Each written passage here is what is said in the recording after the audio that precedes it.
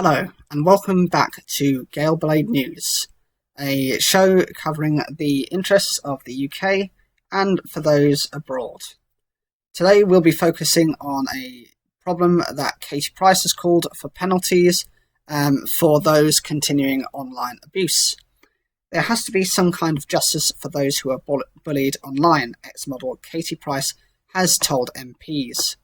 Appearing virtually at a committee at the Commons Petitions Committee, the reality TV star said trolling was getting worse because there were no consequences. Miss Price spoke about the abuse her disabled son Harvey has received as part of an inquiry into the issue. The PM has also said the government is working at pace on new legislation against online harms. But Lord Putnam, chairman of the Lords Democracy and Digital Committee, said earlier this week that the government's landmark online protection bill could be delayed for years. The online harms bill may not come into effect until 2023 or 2024, he warned. The government, however, said the legislation would be introduced as soon as possible. When the government first outlined proposals in its online harms white paper last year, critics raised concerns about risks to freedom of expression.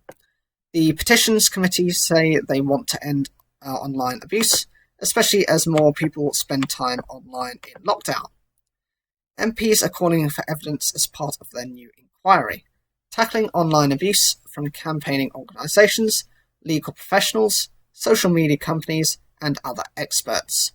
Speaking to MPs, Ms Price, who used to be known as Jordan, said, "Throughout the years I get a lot of trolling and online abuse. The difference is I'm able to speak out myself. But my son Harvey was born with disabilities. He gets a lot of racial abuse, disgusting, despicable things.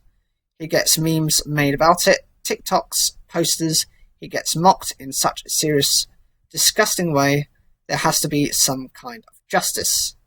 She suggested to MPs that social media companies should carry out ID checks on users and there should also be fines. Her mother, Amy, told the meeting there should be an online register of offenders. People think it's funny to show to their friends there is no penalty.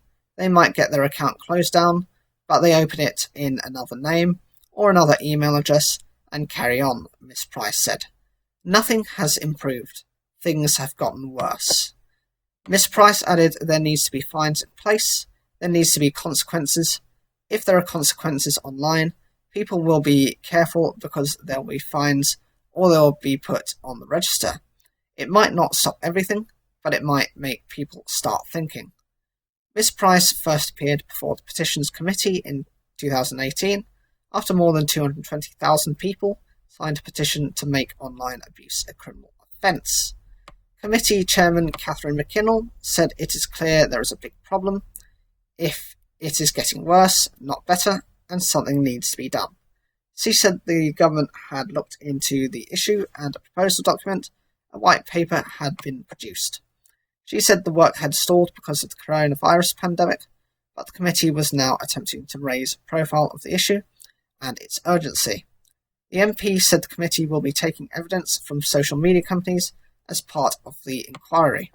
It comes after the Only Way is Essex star Boris Norris spoke to MPs to share this experience with homophobic abuse. More than 133,000 people signed his petition on tackling trolling. Addressing the issue of online harms in the Commons last month, Prime Minister Boris Johnson said there is a real risk that during the lockdown, terrible things have been going on behind closed doors and closed curtains in this country on the internet. We had a summit on the matter in Number 10 recently, and we are working at pace, as he knows, on new legislation against online harms. But when the government first published its online harms white paper last year, Index on Censorship, a campaigning organisation, said the plans risk damaging freedom of expression in the UK. He said a proposed new statutory duty of care to tackle online harms and substantial fines would create a strong incentive for companies to remove content.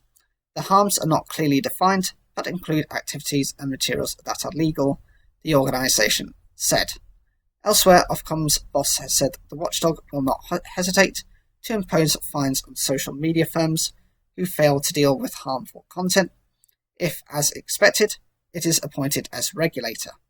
Chief Executive Dame Melanie Dawes said Ofcom would also consider temporarily suspending platforms in extreme cases of harm. So, what do you think of the situation to do with online abuse? Is this something you've faced before? Have you witnessed friends who've had it? And what have been the impacts that these have caused to you?